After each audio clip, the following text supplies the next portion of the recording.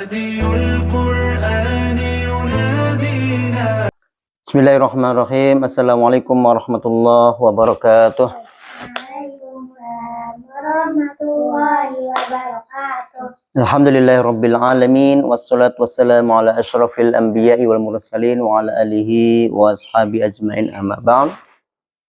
Hari ini hari pertama kita melaksanakan kajian kitab kecil tentang zikir, doa-doa dan adab.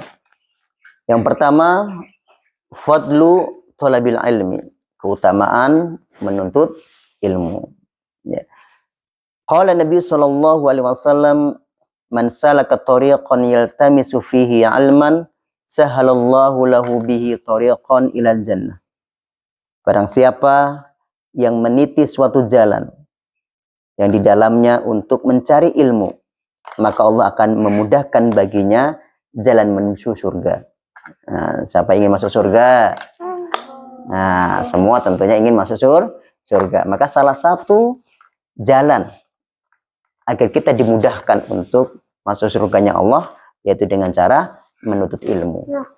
Ya, baik itu belajar, ya, ke sekolah, hadiri majelis ilmu, baik online maupun offline. Maka ini adalah wasilah bagi Allah untuk memudahkan kita masuk surga Allah. Kemudian hadis yang kedua, qala Nabi sallallahu alaihi wasallam, may yuridillahu bihi khairan yufaqihu fid din. Barang siapa yang dikehendaki oleh Allah suatu kebaikan, maka Allah akan memahamkannya. Allah akan memberikan pemahaman kepadanya ilmu tentang agama. Ya. Jadi Allah akan memberikan kebaikan kepada seseorang, itu pasti Allah akan memahamkan baginya bagaimana menjalankan agamanya. Contoh, ya, terkait dengan ibadah mulai dari wudhu, ya, itu butuh ilmu. Ya, bagaimana cara wudhu yang baik, ya kan? Karena pernah Rasulullah melihat tuh ada sahabat yang sholat, ya, kemudian diminta Rasulullah untuk mengulangi sholatnya. Ternyata apa? Ternyata ada sebesar kuku, ya, kuku di anggota tubuhnya itu yang tidak kena air wudhu, maka nggak sah, ya, karena wudhu itu adalah kunci sholat. Ibarat kunci rumah, kalau kuncinya rusak maka nggak bisa untuk membuka pintu. Maka kalau kunci sholat itu wudhu itu rusak, maka sholatnya tidak sah. Ya, maka ilmu bagaimana cara berwudhu yang baik itu perlu diketahui, perlu dipelajari. Kemudian ilmu tentang sholat, bagaimana cara sholat yang baik, mulai dari bacaan, ya, gerakan, mulai menunaikan rukun-rukunnya dan lain sebagainya. Maka perlu untuk memahami ilmu-ilmu terkait dengan sholat. Kemudian hadis yang ketiga, qala Nabi sallallahu alaihi wasallam, idza matal insanu inqata anhu amaluhu illa min thalathah, illa min sadaqatin jariyah aw ilmin yuntafa'u bihi aw waladin salihin yad'u lahu. Nabi sallallahu alaihi wasallam bersabda, jika manusia meninggal maka terputuslah darinya amalnya kecuali 3 amal. Yang pertama, sedekah jariyah, sedekah yang mengalir. Ya, sedekah yang akan senantiasa mengalir pahala amalnya. Misal contohnya membantu saudara-saudara kita di Sumatera, ya kan?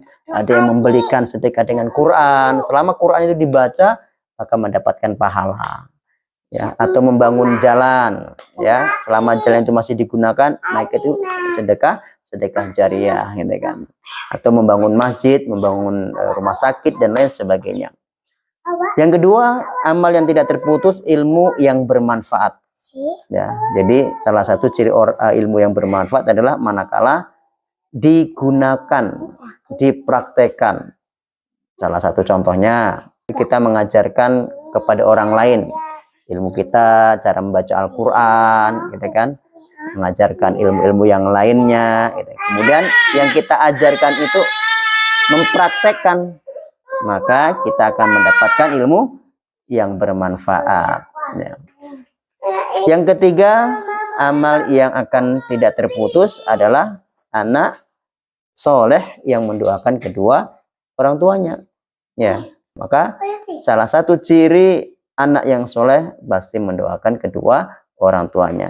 Jadi 3 hal ini adalah hal-hal yang amal-amal yang tidak akan terputus meskipun orangnya mati, akan terus mendapatkan pahalanya. Ini diantara keutamaan untuk menuntut ilmu. Maka kita kalian sebagai pelajar yang masih sekolah itu harus rajin-rajin untuk menuntut ilmu.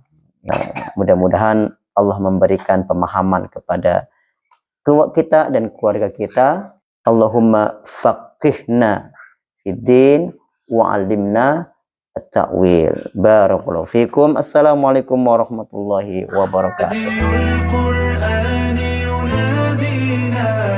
يغسل أرواحنا يهدينا فنطوف بفلكه نتعلم